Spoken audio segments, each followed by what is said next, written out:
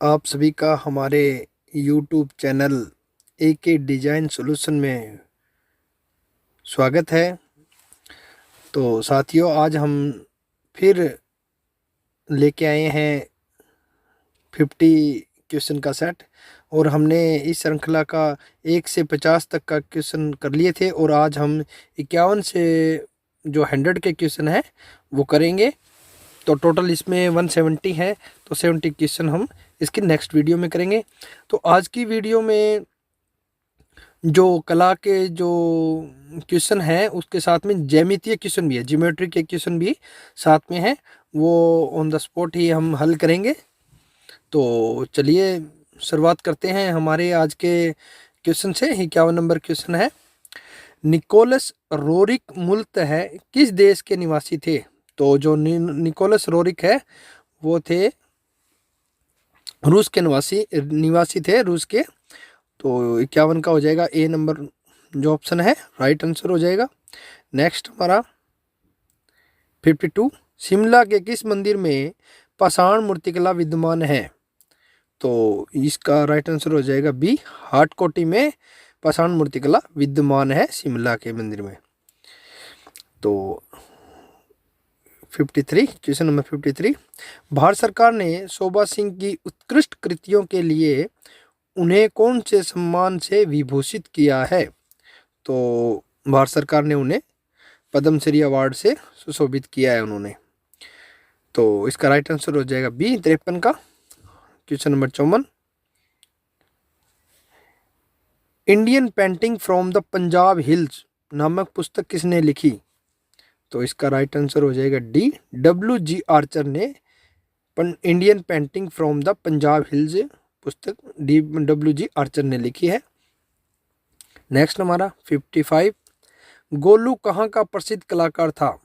Question number 55, Golu कहाँ का प्रसिद्ध कलाकार था? तो इसका राइट आंसर हो जाएगा ए, भागल का प्रसिद्ध कलाकार था।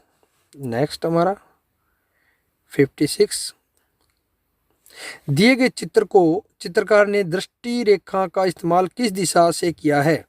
तो ये प्लेट है दोस्तों एक, और ये ऊपरी भाग इसका दिखाई दे रहा है। तो हमें पता है कि जिस चीज़ का ऊपरी भाग दिखाई देगा तो हम ऊपर से देखेंगे तो ऊपरी भाग दिखाई देगा। तो राइट आंसर हो जाएगा डी, इसका ऊपर से। नेक्स्ट हमारा 57, HB की पेंसिल में H यदि हार्डनेस को दिखाता है तो B क्या दर्शाता है? तो जो H हार्डनेस को दर्शाता है और B दर्शाता है ब्लैकनेस को। तो राइट आंसर ए हो जाएगा 57 का। नेक्स्ट हमारा क्वेश्चन है 58, चित्र में गहराई दिखाने के लिए चित्रकार क्या करता है? ऑप्शन ए है सभी वस्तुओं को समान दिखाता है, ऑप्शन बी दूर का रंग हल्का दिखाता है, ऑप्शन सी दूर की वस्तु छोटी दिखाता है, और दूर की वस्तु को बड़ा दिखाता है। तो गहराई दिखाने के लिए चित्रकार क्या काम करता है? दूर की वस्तु को छोटी दिखाता है। तो जिस तरह हमारी रेल की पटरी होती है, तो दूर जाते जाते जाते वो बिल्कुल एक पॉइंट पे आ जाती है, उसको बोलते हैं VP, वेनेसिंग पॉइंट। तो इसका राइट आंसर सी हो जाएगा। नेक्स्ट हमारा क्वेश्चन 59, नीला रंग किसका द्योतक है?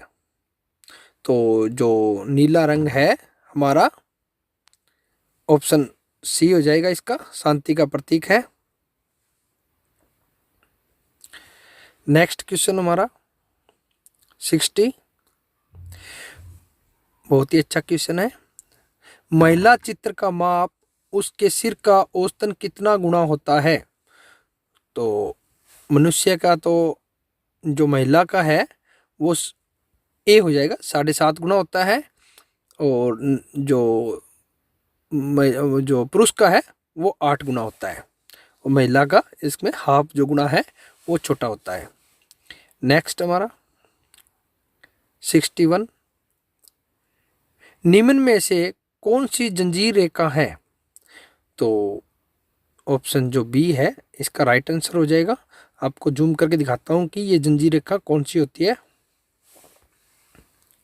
ये जंजीर रेखा है दोस्तों, जो जिनकी आई साइट वीक है थोड़ा, वो इसको जो एग्जाम के अंदर ये बिल्कुल रेखा सी दिखाई देगी और इसके डॉटेड लाइन बिल्कुल दिखाई नहीं देंगे। तो सुस्पष्ट देखने के लिए मैंने इनको आपको दिखा दिया है कि पहले एक पूरी लाइन होगी, उसके बीच में 2 डॉट होंगे, फिर पूरी लाइन, फिर 2 डॉट। तो इस ये रेखा चैन लाइन बोलते हैं इसको। तो राइट आंसर हो जाएगा बी। जो जंजीर लाइन है, चैन लाइन है, वो राइट आंसर बी हो जाएगा इसका। नेक्स्ट हमारा 62। यदि एक बेलनाकार वस्तु अपने आधार पर सीधी खड़ी है तो पार्श्व दर्पण क्या होगा?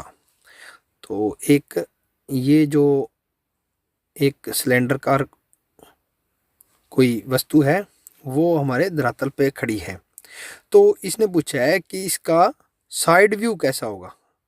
साइड व्यू के बारे में पूछा है। तो इस साइड से अगर या इस साइड से देख रहा है कोई आदमी तो धरातल पे, तो इसका ऐसा बनेगा साइड व्यू। तो क्या बनेगा? रेक्टेंगल बनेगा, मतलब आयताकार बनेगा। तो इसका राइट आंसर हो जाएगा बी। बेलनाकार वस्तु अपने आधार पर सीधी खड़ी है तो इसका जो साइड व्यू है वो आयताकार बनेगा। नेक्स्ट हमारा 63। ज्यामिति में उत्तर की रेखा होती है। तो इंग्लिश में देखो, एक इसमें तो यहाँ पे जाके आप धोखा खा जाओगे कि ये उत्तर कौन सा है, आंसर की बात कर रहा है या दिशा की बात कर रहा है। तो यहाँ पे जो है, अगर दोनों ही साइड में अगर हम आंसर दे रहे हैं तो भी हमारी गहरी लाइन होगी, नॉर्थ जो दिशा दिखा रहे हैं उसमें भी गहरी लाइन होगी। तो यहाँ पे दिशा की बात हो रही है तो राइट आंसर सी हो जाएगा। अगर आंसर की बात होती तो भी यही आंसर होता है इसका, गहरी। क्योंकि ज्यामिति के अंदर जो दी हुई चीज़ें होती हैं, कि जिस तरह एक रेखा दी हुई है, एक कोण दिया हुआ है, तो वो अगर हम ड्रा करेंगे तो वो हल्का करेंगे ड्रा। और जो हेल्पिंग लाइन होती है उनको डॉटेड लाइन शो कर देते हैं। और जो हमें दर्शाना है, जब बताना है, जिसका निर्माण करना है, वो चीज़ हम गहरी दिखाते हैं। तो इसका 63 का सी हो जाएगा। नेक्स्ट हमारा 64। यदि प्रथम रंग लाल पीला नीला है तो द्वितीय श्रृंखला क्या होगी? तो आप सभी को पता है कि लाल और पीला मिलाने से नारंगी बनता है, पीला नीला बनाने से हरा बनता है, और लाल नीला बनाने से बैंगनी बनता है। तो यहाँ पर हमारा हरा, जामुनी या बैंगनी या जो नारंगी या संतरी कलर है, वो इन तीनों में से, चारों ऑप्शनों में से कौन सा है? तो इसका राइट आंसर ए हो जाएगा। बहुत इजी क्वेश्चन है। ये हमारे द्वितीय कलर थे। 65 का, वस्तु चित्रण में किस क्रम में बैठाया जाता है? तो वस्तु चित्रण में, जैसे ये हमारी कोई वस्तु है,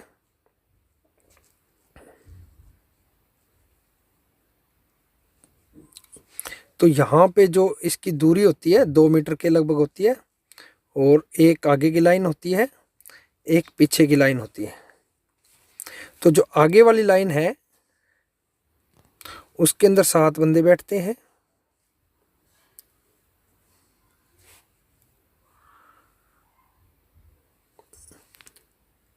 और इसके पीछे वाली लाइन में 6 बंदे बैठते हैं।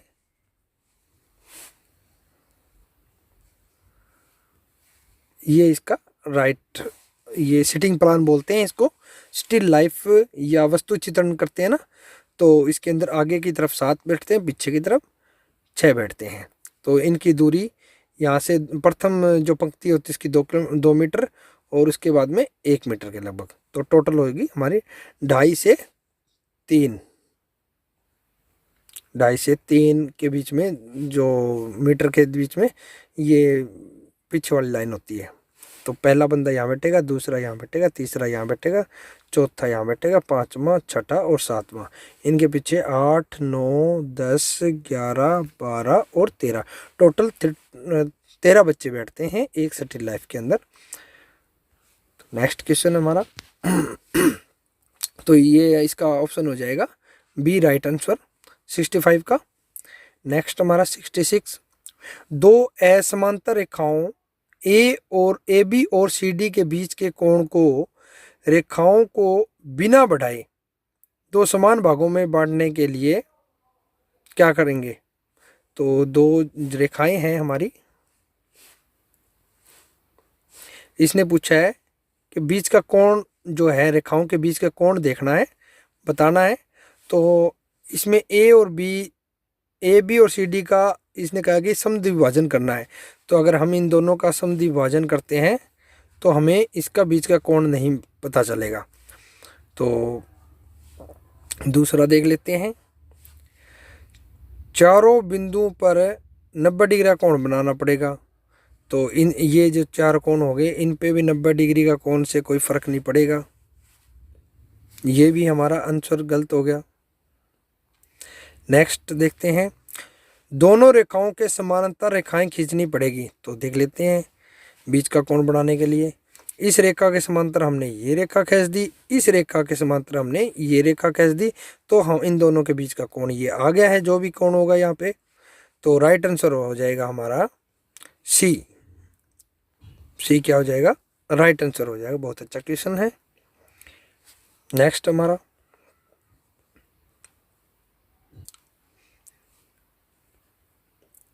Question number 67।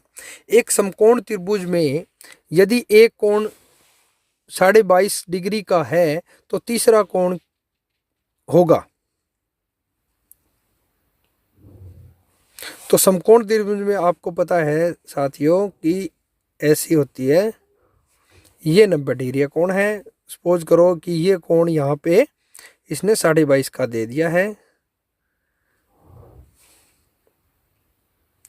तो ये टोटल हम जोड़ लेंगे इसका समकोण त्रिभुज में। तो हमें पता है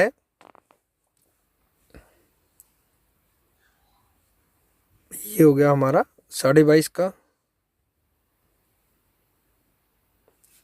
तो हम टोटल करते हैं 90 जमा में 22.5। तो ये हमारा हो जाएगा 112 सही 1/2। तो ये टोटल हो गया। ये हम 100, ये हमें पता है कि त्रिभुज के तीनों कोणों का योग 180 डिग्री होता है। तो ये हम माइनस कर देंगे 180 में से, और हमारा आंसर आ जाएगा 67 सही 1/2, 67 सही 1/2 डिग्री जो है इसका राइट आंसर हो जाएगा। बहुत ही इजी क्वेश्चन था। नेक्स्ट हमारा समपंचभुज के बाह्य कोणों का योग होता है। तो आपको पता है समपंचभुज ये होती है ऐसे।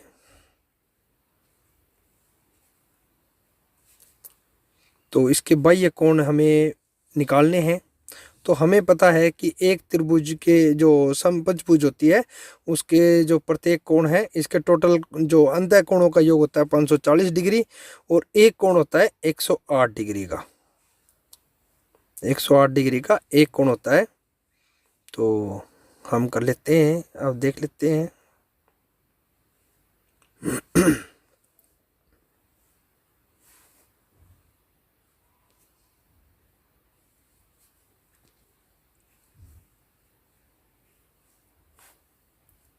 इसके अंदर हमने 5 त्रिभुजों का निर्माण कर दिया। अब हमें पता है कि ये जो कोण है ये 108 डिग्री का है। तो ये टोटल जो कोण है, ये जो टोटल कोण है 180 डिग्री का होता है। तो 180 में से 108 गए तो ये 72 डिग्री का हो गया। तो एक जो बाह्य कोण हो गया 72 का। तो 72 गुणा में 5, तो ये हो गया हमारा 5 दूनी 10, 5 7 35 और 1 36, 360 डिग्री आंसर हो जाएगा इसका। सी आंसर हो जाएगा राइट आंसर। नेक्स्ट हमारा 69। किसी गोल थाली का केंद्र ज्ञात करने हेतु सर्वप्रथम क्रिया करनी होगी। तो कोई गोल थाली है, पहला देख लेते हैं, गोलाई को आधा करना होगा। तो थाली का केंद्र ज्ञात करना है, गोलाई का आधा करना होगा। तो आधा हमें तो नहीं पता भाई कहाँ से होगा, ये होगा, इससे कोई पता नहीं चलता कि भी कहाँ इसका केंद्र है, तो ये भी रॉन्ग हो गया। गोलाई के 4 भाग करने होंगे, तो गोलाई के 4 भाग करने से भी कुछ नहीं होता। थाली की परिधि का माप लेना होगा, तो इसकी जो थाली की परिधि है इससे भी कुछ नहीं होगा।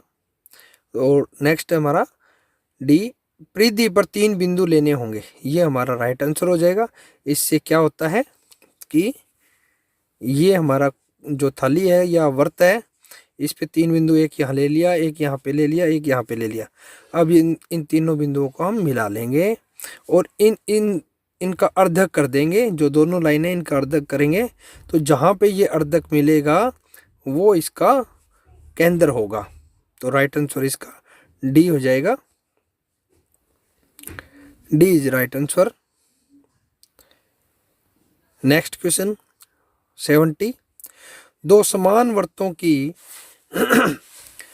बाहरी स्पर्श रेखा लगाने हेतु स्पर्श बिंदु ज्ञात करने के लिए केंद्र बिंदुओं को मिलाकर 90 डिग्री के कोण बनाने होंगे। क्या दे रखा है, 2 समान वृत्तों की बाह्य स्पर्श रेखा। तो जो 2 वृत्त हैं, समान वृत्त है, इनकी बाह्य स्पर्श रेखा लगानी है, बाह्य स्पर्श रेखा लगानी है इनकी।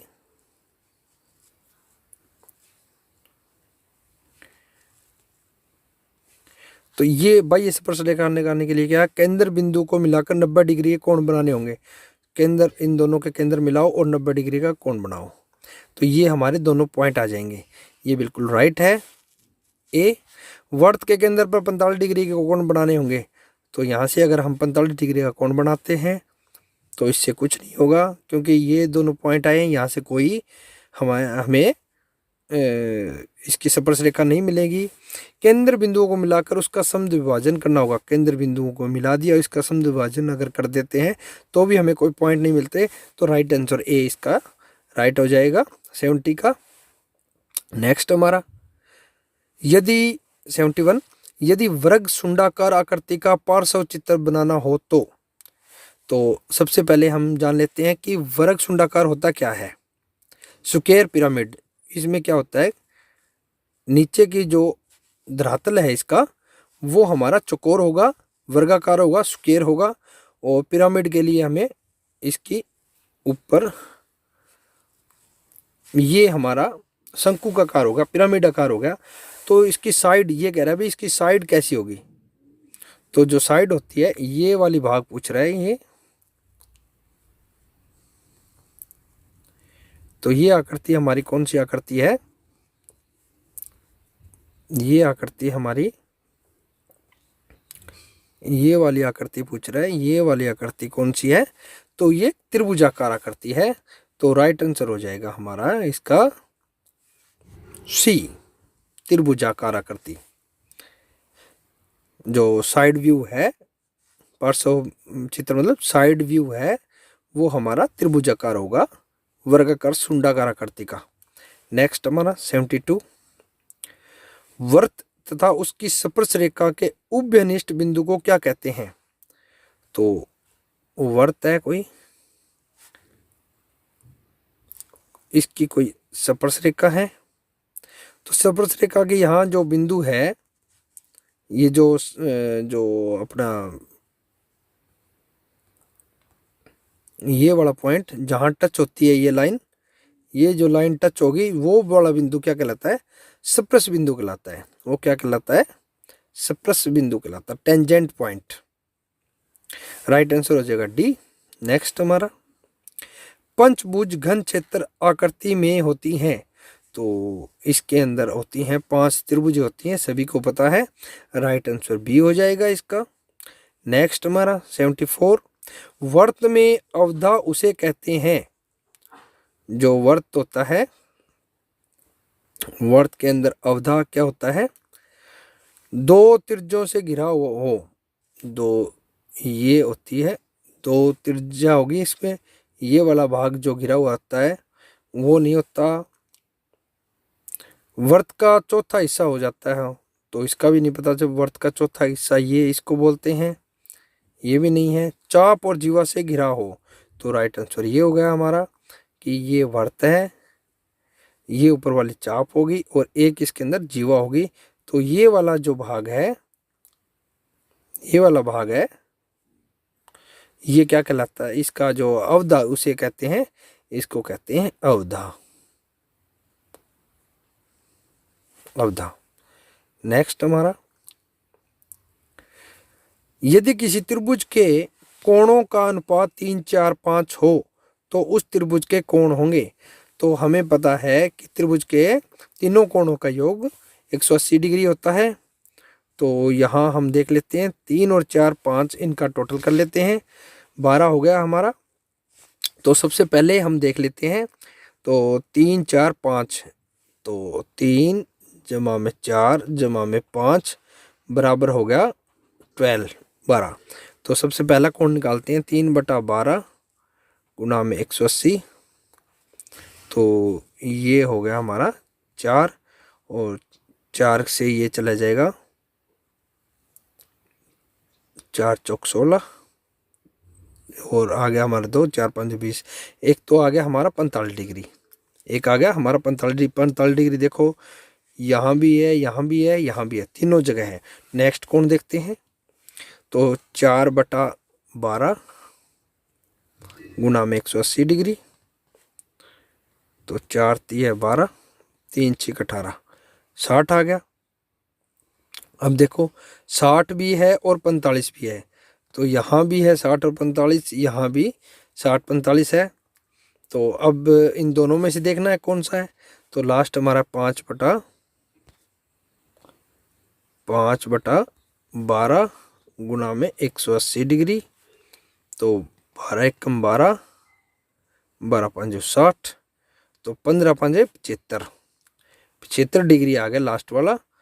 तो हमारा देख लो 75, 60 और 45, तो ये तीनों आगे राइट आंसर हो जाएगा सी। और इनका टोटल भी देख लेते हैं कि इनका बनता है या नहीं बनता। 75 और 45 हमारा हो गया 120, 120 और 60 150 हो गया।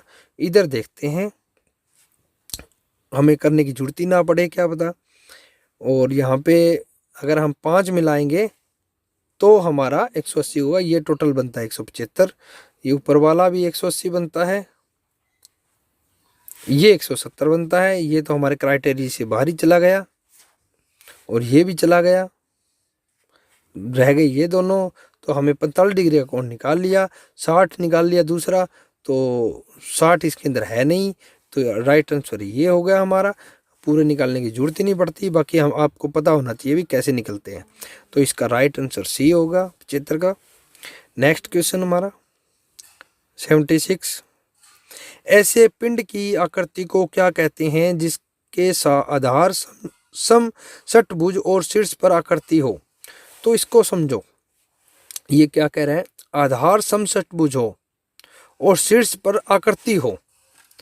तो इसमें आप अगर हिंदी में देखोगे तो आधार पर षटभुज है और शीर्ष पर आकृति है। तो इसके लिए हम क्या काम करेंगे, इंग्लिश वाला भी हम देखेंगे। इस पे क्या लिखा है, hexagon on the base and also on vertex. जो वर्टेक्स बोलते हैं शीर्ष बिंदु पर बोलते हैं, ऊपर वाला जो हिस्सा है उसको वर्टेक्स बोलते हैं। तो ये क्या हो गया हमारा, एक षटभुजाकार आकृति दिखाते हैं आपको।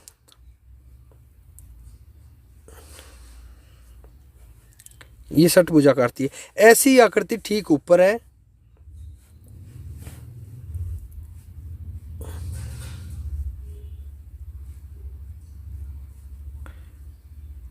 तो ये जो आकृति जो ऊपर जो ये भी षटभुज है, नीचे वाली भी षटभुज है। तो क्या पूछ रहा है ये षटभुज घनाभार षटभुजाकार, षटभुज शुंडाकार। शुंडाकार होती तो ऊपर एक बिंदु होता शीर्ष पे, तो शुंडाकार हो जाती। षटभुज घनाकार, तो इसका राइट आंसर सी हो जाएगा, ये षटभुज घनाकार आकृति है। नेक्स्ट हमारा, चाप और 2 त्रिज्याओं से घिरी आकृति को क्या कहते हैं। तो एक तो चाप है और 2 त्रिज्या है, 2 त्रिज्या है। इसको त्रिज्याखंड बोलते हैं। वैसे इसको क्या बोलते हैं? त्रिज्याखंड। ये एक सर्कल का हिस्सा है। तो इसका राइट आंसर हो जाएगा हमारा पैरामीटर सेगमेंट, डी हो जाएगा इसका। नेक्स्ट क्वेश्चन है हमारा 78। वर्ग घन क्षेत्र के हेतु कौन सा कथन सही है? एक वर्ग है और वो घन है, तो इसमें हमें सभी को पता है कि एक वर्ग जो घन है उसके अंदर हमारी 6 भुजाएं होती है, 1 2 3। तो इसके एक के पीछे हो जाएगा 4, 2 के पीछे 5 और ऊपर वाले के नीचे 6। तो टोटल हमारी 6 वर्गाकार आकृतियां होती है इसके अंदर। तो राइट आंसर हो जाएगा इसका बी। नेक्स्ट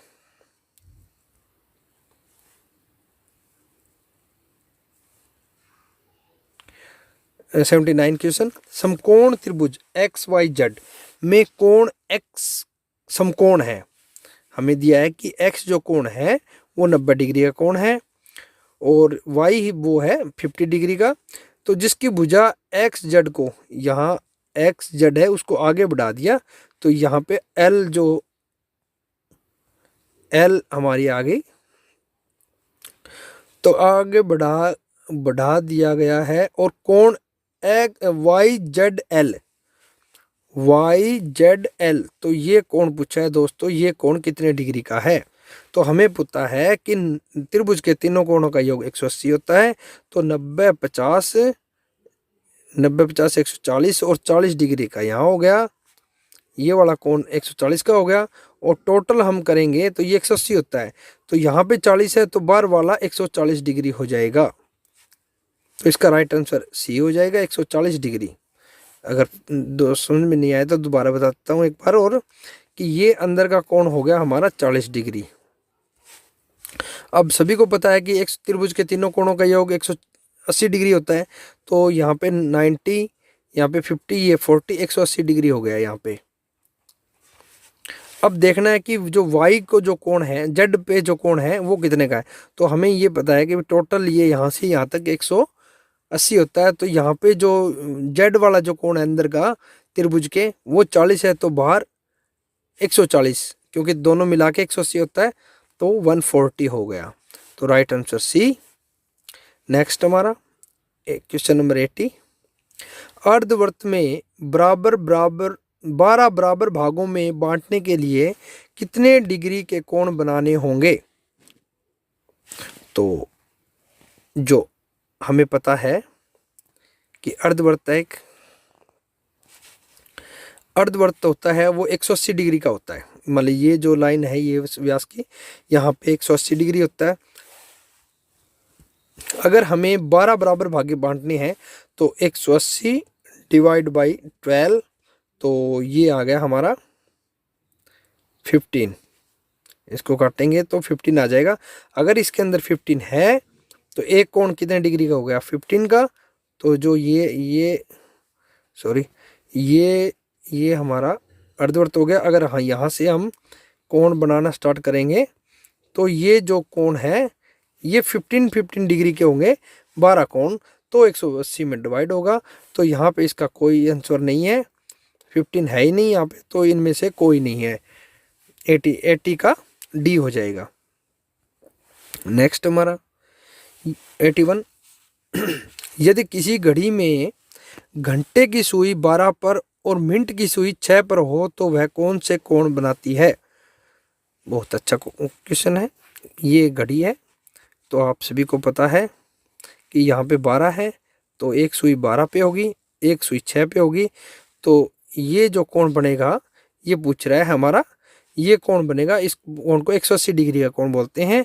और यहाँ पे 180 दिखाया हुआ नहीं है, तो इसको दूसरा बोलते हैं रज्जु कोण। 180 डिग्री के कोण को बोलते हैं रज्जु कोण। तो राइट आंसर हो जाएगा हमारा सी। इसको स्ट्रेट एंगल बोलते हैं, रज्जु कोण भी बोल देते हैं। 82। स्केल बनाने के लिए कागज की बाट पर प्रोजेक्शन में क्या बनता है? तो आपने अगर ज्योमेट्री बनाई है, जो स्केल बनाई है, तो आपको पता होगा कि भी एक साइड में यहाँ पे प्लान हो गया या टॉप व्यू बोल देते हैं। यहाँ पे अगर हम इसकी साइड है कोई, तो यहाँ पे जो प्रोजेक्शन बॉक्स जो बनता है वो चौड़ाई, जितनी चौड़ाई होती है उसका वर्ग बनता है यहाँ पे। तो जो ये प्रोजेक्शन यहाँ से ऊपर से लाइन आएंगे, यहाँ प्रोजेक्शन डलेगा, तो ये वाला जो भाग है ये वर्ग बनता है। इसके बारे में पूछा है। तो स्केल बनाने के लिए कागज की बांट करने पर प्रोजेक्शन में क्या बनता है, तो जो प्रोजेक्शन है उसके अंदर वर्ग बनता है। राइट आंसर ए हो जाएगा इसका। नेक्स्ट हमारा 83, स्केल पैमाने में 5:20 सेंटीमीटर पैमाने बनाने के लिए इसमें से कौन सा बांटना होगा इसमें। तो हम स्केल पे एक पूरा वीडियो बनाएंगे, तो इसका आंसर हो जाएगा बी, 50 mm को 20 सेंटीमीटर में बांटना होगा। 5:20 सेंटीमीटर जो है पैमाना है बनाने के लिए हमें 50 mm को 20 सेंटीमीटर में बांटना होगा। नेक्स्ट हमारा, यदि एक गोलाकार पिंड धरातल पर रखा गया है तो उसका ऊपरी दर्शन कैसा होगा। तो एक गोला है, इसका गोलाकार पिंड यहाँ जो दिया हुआ है, इसका मतलब समझना चाहिए ठोस आकृति है कोई। तो ये एक सफेयर है। सफेयर में को कहीं से देखो आप, सामने से, ऊपर से, नीचे से, तो ये हमें एक गोलाकार आकृति ही दिखाई देगी।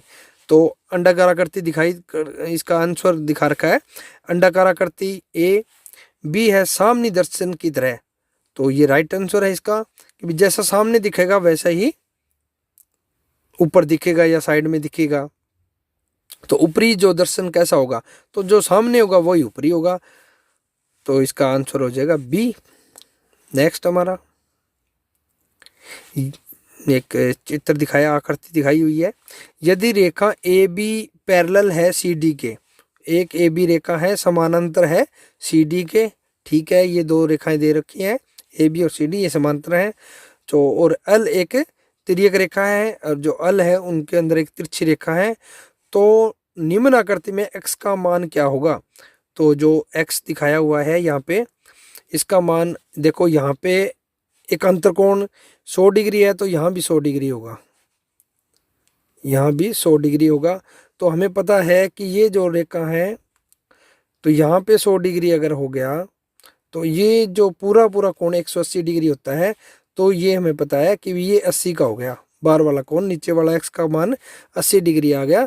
तो राइट आंसर है इसका बी हो गया। एक बार और देख लेते हैं, ये दो है, यहाँ जो भी कोण होगा, ये वाला भी कोण होगा, तो ये एकांतर कोण हो गए और ये आपस में बराबर होते हैं। यहाँ अगर 100 है तो 100 यहाँ हो गया, और हमें पता है कि एक रेखा पर पूरा कोण, कंप्लीट कोण 180 डिग्री होता है। तो अंदर वाला 100 है तो बाहर वाला 80 डिग्री हो गया। तो राइट आंसर इसका बी हो गया। नेक्स्ट क्वेश्चन 86, वह कौन सी रेखा होती है जो केंद्र से परिधि के एक भाग तक खींची जाए। तो बहुत अच्छा क्वेश्चन है। एक वह कौन सी रेखा होती है जो केंद्र से परिधि के एक भाग तक खींची जाए। तो हमें पता है कि जो परिधि और केंद्र का अगर हमें क्वेश्चन के अंदर जिक्र है यहाँ पे, तो वो वर्त के बारे में बोल रहे हैं। तो वर्त के अंदर हम देख लेते हैं क्या पूछ रहा है। वह कौन सी रेखा है जो केंद्र ये है और परिधि तक अगर हम टच करते हैं, तो वह आकृति क्या है, वह भाग तक खींची जाए, तो क्या है। तो ये हमें त्रिज्या है, त्रिज्या यहाँ दे नहीं रखा, तो त्रिज्या का दूसरा नाम अर्धव्यास होता है। तो राइट आंसर हो जाएगा ए इसका 86 का। 87, वह कौन सी रेखा कहलाती है जो अर्धव्यास पर समकोण बनाती है। तो एक अर्धव्यास है,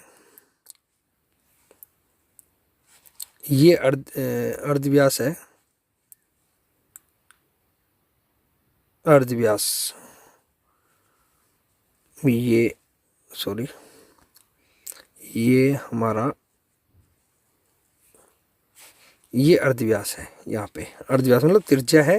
त्रिज्या पे जो 90 डिग्री का जो कोण बनता है यहाँ पे, ये वाला जो कोण बनता है उसको बोलते हैं ये क्या कहलाता है, समांतर रेखा, बाहरी रेखा, आंतरिक रेखा, या डी स्पर्श रेखा। वह कौन सी रेखा कहलाती है जो अर्धव्यास पर समकोण बनाती है? तो इसका राइट आंसर हो जाएगा डी, वो बनाती है स्पर्श रेखा। नेक्स्ट हमारा 88, ऐसा समधरातल क्षेत्र जो 4 से अधिक रेखाओं से घिरा हो कहलाता है। तो चार भुजा तक तो हमारा, 3 भुजाओं तक तो हो गया हमारा त्रिभुज, 4 भुजाओं से जो आकृति है चतुर्भुज, आयत, वर्ग, ये हो गए। और 5 भुजाएं या इससे 4 से अधिक होते हैं तो उनको पॉलीगन बोलते हैं, बहुभुज बोलते हैं। तो राइट आंसर सी हो जाएगा इसका। 89, क्वेश्चन नंबर 89, जिसकी आमने सामने की भुजाएं बराबर होती हैं उसे क्या कहते हैं? तो देखो, आमने सामने की भुजा आयत में भी बराबर होती है, वर्ग में भी होती है, और चतुर्भुज में भी होती है। विषम कोण आयत, तो जो विषम कोण आयत होता है उसमें भी होती है ओड एंगल्ड रेक्टेंगल। तो ये थोड़ा सा कंफ्यूजन वाला क्वेश्चन है दोस्तों। तो इसका क्वेश्चन आप जो आंसर की मानी है इन्होंने, तो उसके अंदर सी दे रखा है, विषम कोण आयत। तो बाकी ये सभी दिखाते हैं। वैसे जो चतुर्भुज है वो भी उसका भी भुजाएं जरूरी आमने सामने की भुजाएं, या चारों भुजाएं बराबर पूछ रखी है, या आमने सामने की अगर भुजाएं बराबर हैं तो वो चतुर्भुज में, समचतुर्भुज में भी होती है, और चतुर्भुज में भी होती है, वर्ग में भी होती है, आयत में होती है। तो कन्फ्यूजन वाला क्वेश्चन है। तो दोस्तों आप बताना इसका राइट आंसर क्या होगा। बाकी बोर्ड वालों ने तो इसका आंसर सी माना है। नेक्स्ट हमें 90, क्वेश्चन नंबर 90, यदि किसी त्रिभुज की परिमिति डी ई दी हुई है और भुजाओं का अनुपात 2, 3, 5 दिया है तो डी ई को कितने खंडों में बांटना होगा? तो एक हमारा बहुत इजी क्वेश्चन है। एक डी ई परिमिति दी है, परिमिति मतलब त्रिभुज की जो परिधि दी हुई है। परिधि तो वैसे तो उसकी होती है, वर्त की होती है। तो यहाँ परिमिति का मतलब पैरामीटर, उसका पैरामीटर दिया हुआ है कि वो त्रिभुज जो होती है, ये 2 भुजा है, ये 4 है, ये 8 है, तो इनको टोटल करेंगे तो वो हमारी परिमिति या पैरामीटर निकल जाएगा। तो इसने बोला कि 2, 3, 5 के अनुपात में है, तो इनको जोड़ लो, 2 और 3 5 और 5 10, तो टोटल हमारा जो पैरामीटर है इसका वो 10 हो जाएगा। राइट आंसर डी हो जाएगा। वैसे कैसे त्रिभुज बनाते हैं इससे, तो हमें यहाँ से यहाँ तक, इसको 2 भाग हो गए, ये 3 हो गए, ये 5 हो गए। तो ये 3 पे यहाँ से चाप लेंगे, यहाँ से प्रकार रख के अगर यहाँ से चाप लेंगे तो ये आ गया। दूसरा यहाँ से चाप लेंगे तो ये आ गया। तो ये जो कटेगी, ये जो आकृति बनेगी, ये वाली जो आकृति बनेगी, ये 3 भाग हो गए, ये 2 हो गया, और ये 5 भाग होगा। तो ये जो त्रिभुज बनेगी ये 2, 3, 5 के अनुपात में हो जाएगी। नेक्स्ट हमारा, यदि किसी रेखा को 1/2, 3/4, 5/6 भागों में बांटना हो तो रेखा के दोनों सिरों पर बने न्यून कोणों को कितने समान भागों में बांटना होगा? तो कोई रेखा है, दोनों सिरों पर न्यून कोण बने हुए हैं, तो इनको 1/2 और 3/4, 5/6 भागों में बांटना हो तो कितने समान भागों में बांटना होगा इनको? ये वाली जो है, ये जो कोण है इसके, तो इनको 5 भागों में बांटना होगा। इसका राइट आंसर डी हो जाएगा। नेक्स्ट है हमारा 92, 2 असमांतर रेखाओं को आपस में मिलाने से जो आकृति बनती है उसे कहते हैं। 2 असमांतर रेखाएं हैं, कोई ये रेखा है, कोई ये रेखा है, ये आपस में मिलेंगी, यहाँ पे ये मिलेंगी, तो ये क्या बन गया? कोण का निर्माण हो गया। तो इसका राइट आंसर डी हो जाएगा 92 का। 2 जो असमांतर रेखाओं को आपस में मिलाने से कोण की आकृति का निर्माण होता है। डी हो जाएगा इसका। 93, 67 से 1/2 डिग्री का कोण बनाने के लिए कम से कम कितनी चापों का प्रयोग करना पड़ेगा? तो कम से कम 6 चापों का प्रयोग करना पड़ेगा।